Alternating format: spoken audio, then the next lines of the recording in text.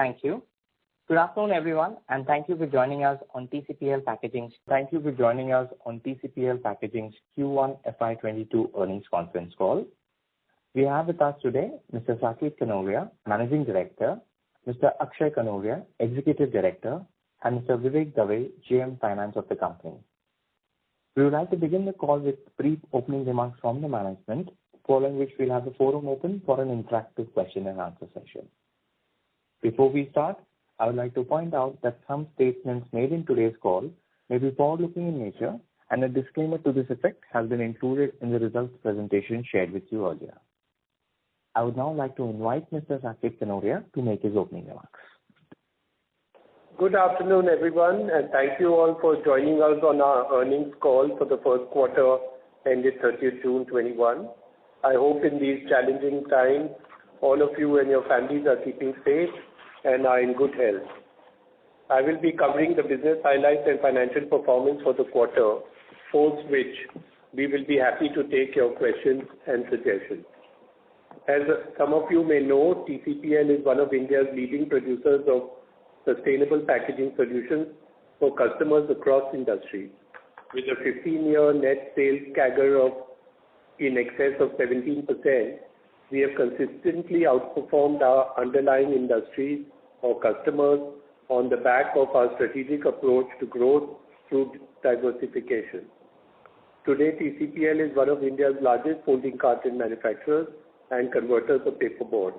This core segment contributes to approximately 85% of our revenue, and the balance comprises of the flexible packaging division. While we are a smaller player in this relatively new segment, we believe among our marquee large customers, we have successfully positioned ourselves as a highly innovative player providing versatile and sustainable solutions. Over the years, we have actively expanded and diversified our operations to service a wide range of packaging products while consistently adding new clients and growing our share of business in existing customers and markets. I would also like to point out an interesting fact that came to our attention recently, that out of the 6,000 listed companies on the Indian stock exchanges, there are only 105 companies that have managed to grow each year for the past 10 years. I'm proud to say that TCPL is one of these 105 companies on the list, but not only are we on this list for 10 years, but in fact, we have been growing each year for our entire history of the company, which is in excess of 30 years. So I wonder if they made a list of companies which have grown each year for 30 years, I would think that there would be a very small number. Coming to our quarter one performance, we started the fiscal on a steady note despite the second wave of the COVID pandemic impacting demand in the first quarter. Total revenues expanded by 33% to 226 crores, and of course, the increased growth rate year-on-year basis was primarily owing to last year's low base. With last year's learning, we had all the necessary protocols in place that allowed us to maintain productivity at all our facilities while adhering to all the regulations and safety standards. During the quarter, we witnessed notable raw material inflation that impacted our gross margin. However, operating leverage and better cost management enabled us to report a higher EBITDA of rupees 30 crores, which was up 29% from the same period last year. This translated into a margin of 13.4%. We are taking adequate price hikes to cover inflation and anticipate our margins to revert to normal levels in the upcoming quarters. Our profit before tax grew to 9.5 crores and our cash profit was strong at rupees 23 crores during the quarter. On the operational front, we are making healthy progress in establishing our second flexible packaging line at Silvassa that will more than double our existing capacity. Furthermore, TCPL Innofilm Private Limited, a wholly owned subsidiary of TCPL, is setting up a state-of-the-art innovative PE, that is polyethylene blown film line, which is being imported from Germany.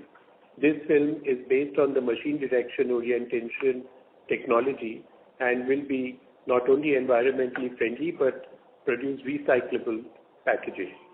At present, most flexible packaging is made of multiple polymers, rendering it non-recyclable.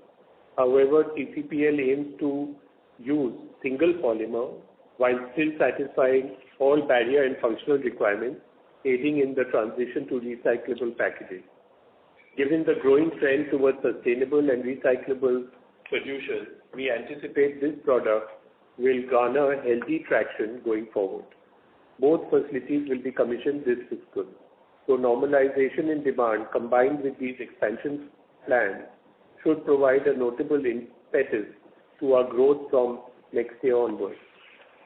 To conclude, we have delivered a resilient and consistent performance in an unpredictable environment.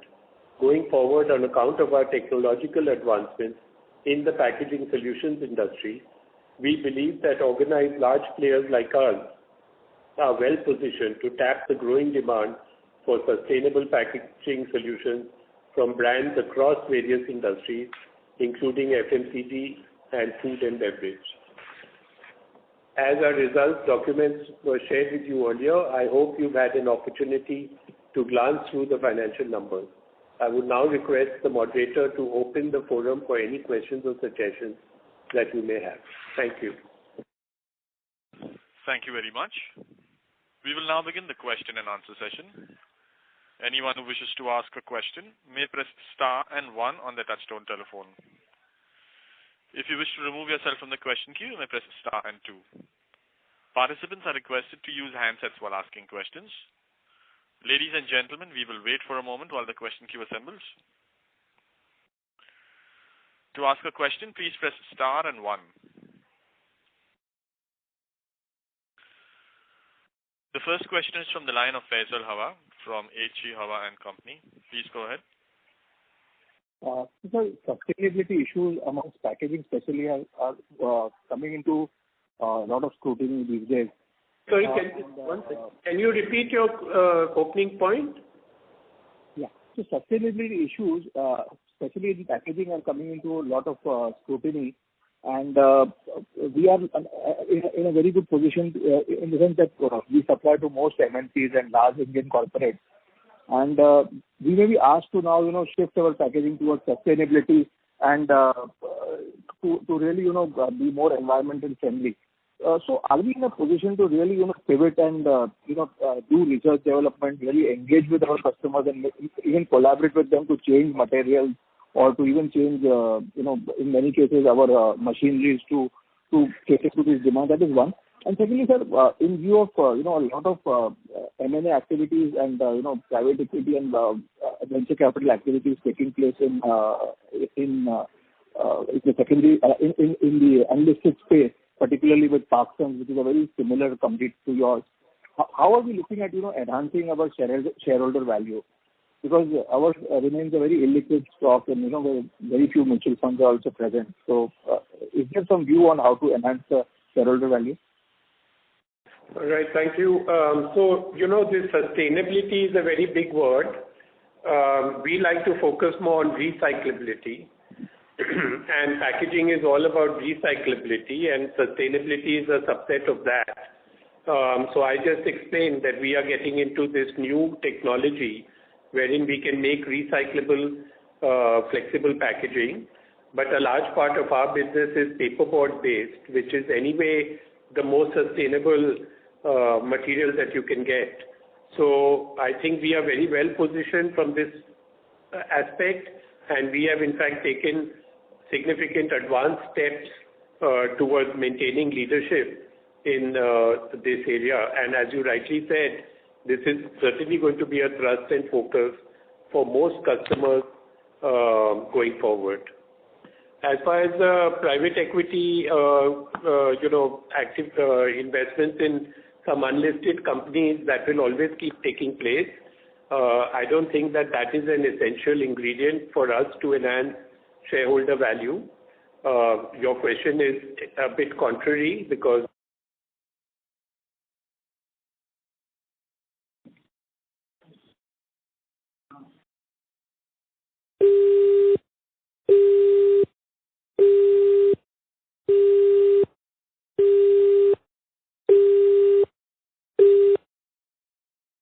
Participants, we seem to have lost the line for the management. Please stay connected while we reconnect the line for the management. Ladies and gentlemen, we've lost the line for the management. We are reconnecting them. Please stay connected.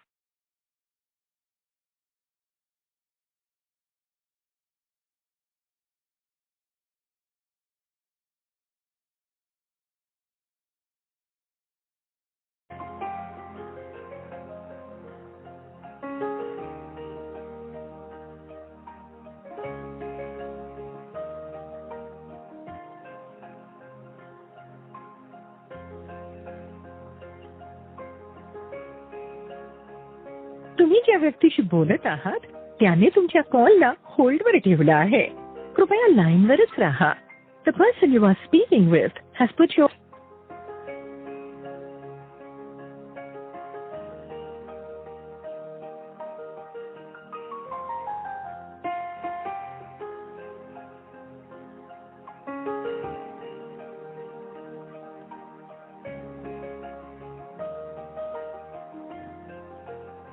तुम्ही ज्या व्यक्तीशी बोलत आहात त्याने तुमच्या कॉलला होल्डवर ठेवला आहे. कृपया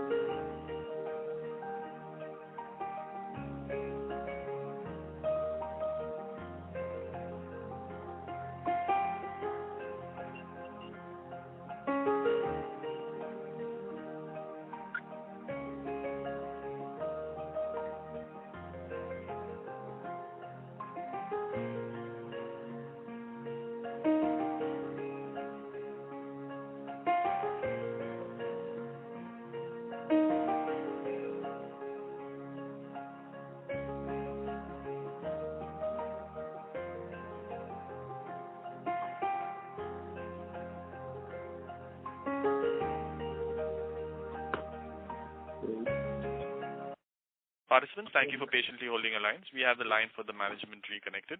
Over to you, sir. Yeah, I'm very sorry. I don't know what went wrong with the line. It got disconnected. So I was talking about the private equity investments in this space, and we don't see how that enhances shareholder value by inviting them into our company. Shareholder value really will, I think, play out when as we consistently perform, consistently grow, and have a higher return on equity and on investment. The liquidity of the stock obviously really depends on how much interest there is in the market and how many people recognize the performance of the company.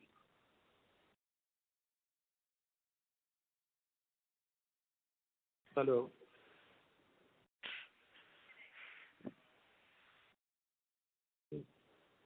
Mr. Hawa, are you done with the questions?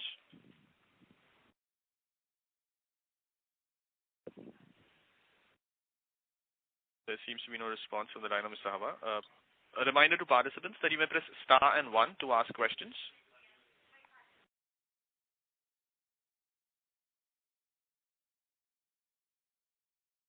Ladies and gentlemen, to ask questions, please press star and 1.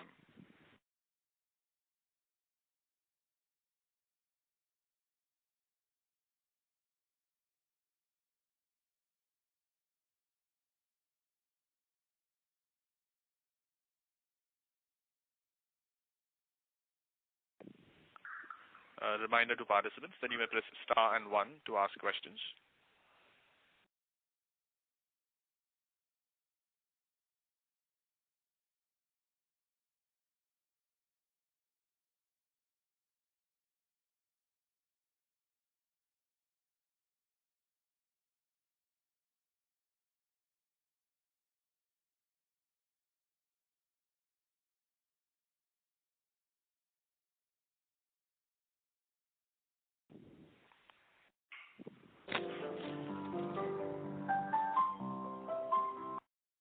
The next question is from the line of Vipul Shah from RW Equities. Please go ahead. Hi, thank you for taking this. I'm sorry I got disconnected in the opening remarks, so I'm asking if something has been covered. I apologize for it. So my question is basically last 2 quarters we've seen our gross margins have been under pressure. I mean, I don't recollect in the last 12 quarters our gross margins going down below 40%. But so is this commodity inflation? And as I believe you mentioned that you've taken price hikes. So, but is this commodity inflation now sustained in our gross margins, or you think the company will be able to deliver gross margins which we have been delivering historically? We believe that we should come back to a historical margin. This post-COVID period has seen tremendous volatility in raw materials, and particularly in the last 6-8 months, there has been a lot of international freight costs which have gone totally out of control. And obviously, this passing on such volatile input costs takes some time, and when you pass on one element, then another one goes up. So there's been this constant pressure, but I think that we should see an improvement in gross margin going forward. All right, sir. Thank you. Thank you. The next question is from the line of Mitesh Jain from Aditya Birla. Please go ahead. Hi, Mitesh over here, sir. How are you doing? Good, thank you. Sure. So, basically, I want to ask you about the TCPL InnoFilm, which is a new line of, relatively a new line of business which the company is going into via 100% subco. Basically, if you can elaborate, like when you commission this, I mean, how has been the pre-marketing strategy? Has there been good inquiry, or do you have the order? This is relevant in the sense how quickly we can ramp up this plant. This is the question number 1. And number 2, how big is the opportunity for this innovative single polymer packaging, flexible packaging? I mean, can this kind of product, can this product cannibalize the existing flexible packaging where there is a mix and match of the metal and the polymer, and which can't be recycled? So how has been the initial dialogue with some of your customers about it? If you can talk about this opportunistic landscape for TCPL InnoFilm, it would be really helpful. Yeah. Thank you. So, as we speak, we have imported a couple of containers of this film, and we are doing tests at various customers for various different product applications. So far, we get a very encouraging feedback and response. The product seems to work well on packing lines, etc. But it's still early days because, a well-established product, if you want to change the structure of the packaging, customers have to subject it to extended shelf life and a lot of testing for both barrier and functional requirements.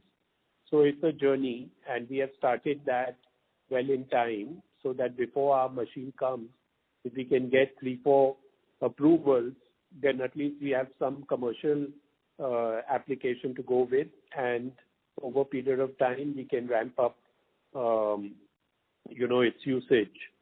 But if in the meantime, obviously the equipment is capable of making regular PE film, so it's not that the equipment will be idle.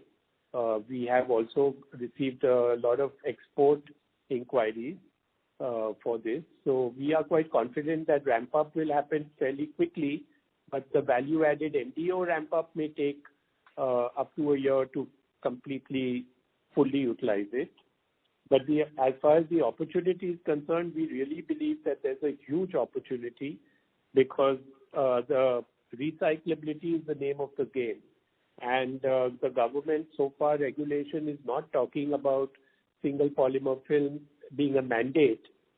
They have just introduced, as you may have read, a ban on single-use plastic items completely by next year. So they've given the industry time to fit in for about 8-9 months. We expect that even for the flexible packaging, similar sort of guidelines which mandate recyclable packaging will come in time to come. And once that happens, then the opportunity becomes massive. Just for you to know, we are setting up a plant of capacity 4,500 tons a year. And the polyester film business, which goes into thin film application, the kind of film that we are talking about, is roughly 500,000 tons a year. Now, I'm not saying that the entire 500,000 can be converted to this. Certain functional requirements will always require polyester. Certain aesthetic requirements could require polyester. But very big opportunity is there because one line of ours does 1/100th of the polyester market. So there is a very big headroom for growth, and obviously companies which are first mover and those who have already done the hard work will get that opportunity earlier and quicker than other companies, because already we are making a name and most companies amongst our customer target is aware that we are in the midst of setting up this equipment and technology. So there's a big opportunity. Yes, Akshay, please add. So if I can come in here, see, we are already present in most major brand owners in the carton space. And obviously in flexible packaging, we're a lot smaller player. But given that we already have the introduction in carton, and now, these players have a very strong reason to look at us, we feel that we are well positioned, first point. Second point is most of these large MNCs, that you would have heard of, the household names, they have commitments to their shareholders and to their governments where their companies are incorporated to, move most of their packaging to recyclable packaging in the next 4 to 5 years. So there's a massive opportunity there. And last point, which I'd like to apprise you all of, is recently in Europe, there's been a lot of action on this recyclability of packaging. And today, there is a massive tax of 20 to 30% of the value of the product of the flexible packaging in Europe if your packaging is non-recyclable. So, you can even offer a packaging that's 20% more in price, and the customer would have no choice in Europe but to go for it because his other alternative is to pay this hefty tax. So we find that even if we, start, we can fill up our line probably with exports. So it may take little time, but there's a huge opportunity. And ultimately, all this will come in India as well. So I think that should give you enough of an idea. No, absolutely. That's wonderful to hear. And a related question here is that then should we believe that, say, suppose by the end of this year or say middle of next year, when you have the product approval and product commercially being supplied to some of these MNC companies, and let's believe now that it gets well accepted. So from a longer term strategy, will the down to the capacity of on this side, and while the folding carton business can continue to grow at say 12 to 14%, the top line growth of some of the FMCG companies or the pharma companies, and the delta growth can come, higher growth can come from this line of business. Is this the plan there in your mind? Yes, absolutely. This is like on top of our normal growth rate. If you see our growth over the past so many years has been in high single digit, double digit. So, the packaging let's say, folding carton itself, there's an opportunity to keep a double-digit growth going. And this is on top of that. So this will accelerate our growth significantly. And as far as ramping up this capacity is concerned, it really depends on how quickly we can, penetrate and substitute the other alternative. And we will certainly not leave any stone unturned, but to capture the potential once it gets adopted. Wonderful. Thank you very much, sir. I really appreciate your response. Thank you. Thank you. The next question is from the line of Pawan Kumar from Ratnatraya Capital. Please go ahead. Sir, if I look at your numbers, broadly we have done around 200 crores of capex in last 3 years. 220 crores to be precise.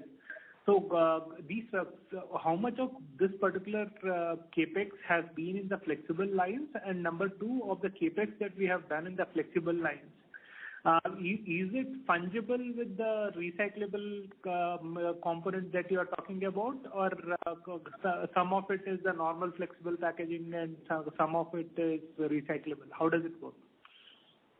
So last 3 years, we've not done any significant capex in flexible line. This year we are doing. Last 3 years has been mainly only in carton.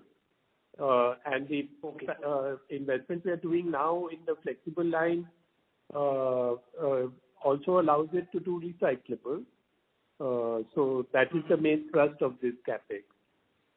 Basically, this just to clarify a little bit, basically this Films will be manufacturing the film, which will be this recyclable film, and then the flexible packaging division will be converting that film into finished laminate. So the idea is that we have a separate entity making the film and a separate, within TCPL itself, taking that film and then converting it into finished product. So the investment in Film is obviously 100% for this only, and then the regular TCPL packaging flexible capacity addition will convert this film, or it can convert any other film or substrate. But obviously the point is that we should utilize in-house ideally. Okay. And what is the capex on Film and the packaging line? So Film, we are making a budget of 35 crores. Okay. And the total capex for the year, including that, is about 100 crores. All right. And when we are looking at asset turns on top of this 100 crores capex, should we look at it? We should be looking at only at the 65 crores, which is not there in Films, right? Yes, that's right. You're absolutely right. Okay. And can it deliver a 2 times asset turnover, sir, or will it be higher? What can be the... No, so if you see historically, our asset turn is about 1.5x because we are never fully utilized. We have some equipment or the other under commissioning or recently commissioned. But standalone, once you're invested and you run at high level of utilization, then the asset turn can be 2x. So in flexible packaging, usually your asset turn is more like 2x, and then folding carton usually it's more like 1.5 to 2, depending on how many lines you have. But basically, in folding carton usually you have a little bit lower asset turn but a higher gross margin, and in flexible packaging it's the other way around. But both could give you an ROC of 20%. Or that's usually our target. So our blended average we look at like 1.5 to 2, and then a ROC of 20 plus. Okay. And when we are talking about ROC of 20%, this would be pre-tax, right? Yes. Or post-tax? How does it work? No, pre-tax. Okay. So what we are essentially saying is, for our business, when we would be operating at full capacity, we can generate an pre-tax ROC of 20%. No. If we are running at full capacity, we'll get a post-tax ROC of 20%. But the point is that this is a moving target, you know. Yeah, because before we can utilize fully in one location, then we're doing capex in another location, or in one business, then we're doing capex in another business. So that wheel keeps turning, you know. But ultimately, that asset has to do that kind of a return in our calculation. Right. That's our criteria. And one final question, sir. It is, if I look at your last 3 years, then we have done around 224 crores of capex, but our incremental revenues that have come into the system are maybe in the range of say 200 crores. So should we assume there is a prospective, unutilized capacity of around 200 crores lying in the system? Yes, I mean, you know, this out of the last 3 years, 1.5 years, we suffered COVID. So this is a major factor which has not allowed us to achieve our potential. And certainly we can do without any further capex. If we sweat the asset, we can do more than 200 crores of revenue on existing capacity. Okay. And post this addition of this film line, our revenue potential at full capacity can go to 1,300-1,400 crores. Would that be the right understanding? Yeah, at a high level of utilization. Okay. Fine, sir. I will get back into the queue. Thank you. Yeah, thank you. Thank you. The next question is from the line of Vijay S. from Capital Market. Please go ahead. Sir, my question got answered, sir. It was with respect to capex. Thank you, sir. Okay. Thank you. We move to the next question. The next question is from the line of Nilanjana Roy from Ventura Securities. Please go ahead. Hello, sir. I wanted to know why your EBITDA margins are a little lower this quarter, and if I can get a breakup of the flexible packaging and folding carton contribution to revenue for the quarter. So we mentioned earlier that there's been a very strong raw material inflation in this last 2 quarters, and that is why the EBITDA margin is lower than the normal run rate.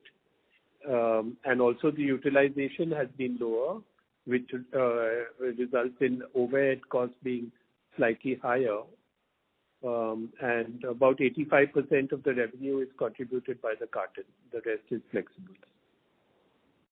Okay, so is the other margins for flexible packaging a little lower than folding carton? Yes, so as I explained in previous discussion, the flexible packaging tends to have a lower margin but a higher asset turn. Therefore, your return on your capital tends to be similar between the two. Okay. Thank you for answering. Thank you. Before we take the next question, a reminder to participants that you may press star and 1 to join the question queue. The next question is from the line of Faisal Hawa from H.G. Hawa & Company. Please go ahead. So, sir, you mentioned that for this flexible films unit, the multi-layer one, you will have to import most of the film. So are there no local manufacturers who will make these specialty films so that our risk is lesser? No, we are not importing films. This is for trial purpose because our machinery is under installation. So in order to save time. Okay, you also just you are trading in it at this point of time. Yes, we are one of the first lines of this kind in the world. And just to get a head start, we have started trials using similar product, and once our line comes up, it will be 100% in-house. So there would be several manufacturers who would supply us in India itself. No, not several. There's only, I think, 3. There's another one under installation, and there's one more which is operational. That's it. Okay. And sir, what would be the concentration of our top 5 clients in our revenue? So we don't disclose our split, Yeah, we don't disclose our split, but what we can say is that there's only maybe one customer who's more than 10% of our total business. So we are fairly well diversified in terms of clientele. Okay, sir. Thank you so much. Thank you.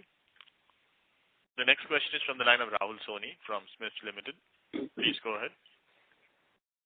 Yeah, hello. Thanks for the opportunity. Sir, my question is related to the contracts which you enter with your clients for your mono cartons business. So like these contracts are formed for a quarter, 6 year or on a long-term basis. And how is the price, raw material price hike passing on arrangements within this contracts? So our, it depends customer to customer. Some customers we have a agreed model where there's a immediate pass on of the RM prices. With some customers it's monthly, with some it's quarterly, with some it is based on a RFQ or auction. So it depends customer to customer based on that customer's individual preference and dynamics. But usually, on average, it takes about 3 months or so to pass on RM price increases. So if you see in the past also, whenever there's been a hike in RM pricing, that quarter the result gets hit, and then in subsequent quarters it normalizes. This time obviously it's been a totally abnormal sort of situation where the kind of price increases have been much steeper than any time in living memory, and the pressure is sustained even right now. So it has taken 1 quarter or so to pass on the increase. And these supply contracts are made for a 3-month period, 6 months, or on a yearly basis? Means how often they are renewable? Yeah, so usually they set a share of business once they define the pricing for particular products, and then that's more or less consistent until next change. Yeah, like until the next change. So it depends customer to customer, but it's not like we have a 1 month, 2 month, 3 month kind of clarity. We have a clarity over a longer time period, and we have very long-term relations with most of our customers where we're working for 10, 15, 20 years. So, we have fair amount of clarity of the kind of volume and value we can expect from individual customers. Okay. And my second question is related to the raw material price. So what is the percentage increase for in your raw material price, and what kind of price hike you have taken? Yeah, so in our carton business, the major raw materials is paperboard. So we'll just talk about that for ease. So paperboard, there's 2 types of board. There's recycled and there's virgin board. So the recycled fiber is essentially governed by scrap and import of containers. So most of our paper mills, the suppliers, they're importing their raw material from abroad. And those rates have gone up dramatically in the last 6 months, leading to recycled board prices increasing by over 30% in the last 6 months. So that's for recycled board. And in virgin board, the increase has been between 10 to 15%, driven by virgin pulp price increases, as well as other costs going up. Like, for example, all the paper mills use a lot of coal for energy. That price has apparently gone up in high double digits. Then we use a lot of other raw materials, consumables, then things like plastic film. Those have also gone up in the double digits. So I would say there's not one element of cost that hasn't gone up in double digits. I mean, pretty much everything in the market is up, and you can see that in the, anecdotally also. This is the case for every company in the world. So more or less we passed on whatever increase has come to us.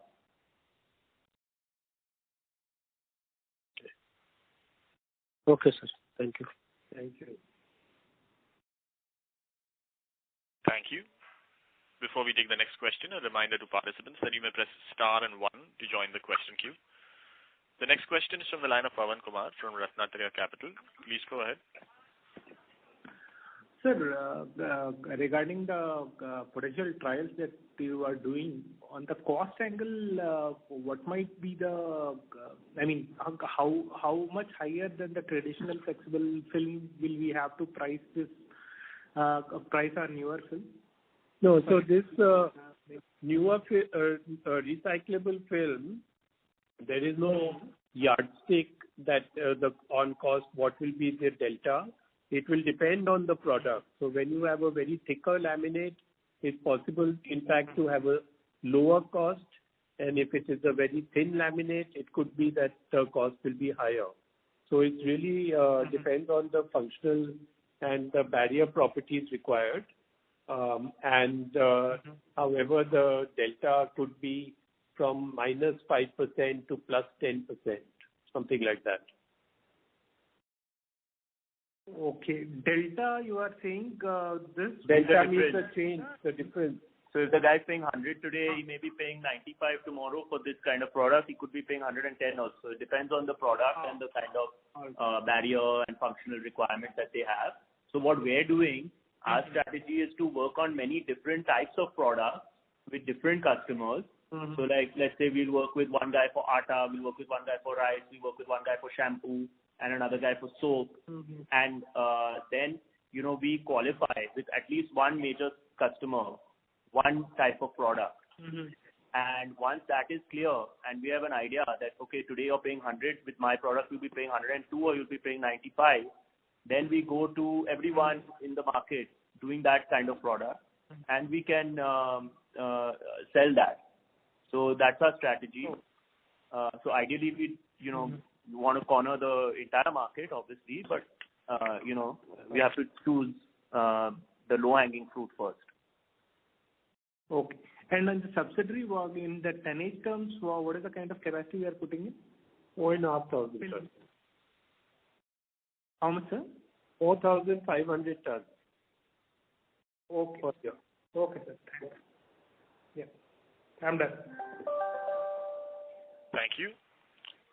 Participants who wish to ask questions may press star and 1.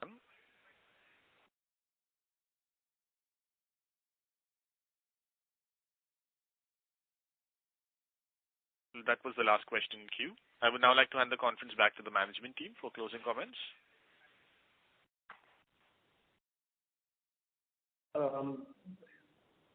So thank you, everyone. I hope we have been able to answer and satisfy all your questions. Should you need any further clarifications or if you would like to know more about the company, do feel free to contact our investor relation team at CDR India. We hope to have your valuable support on a continuous basis as we move ahead. On behalf of the management, I once again thank you for taking time to join us on this call. We look forward to interacting with you all again soon. Thank you. Thank you very much.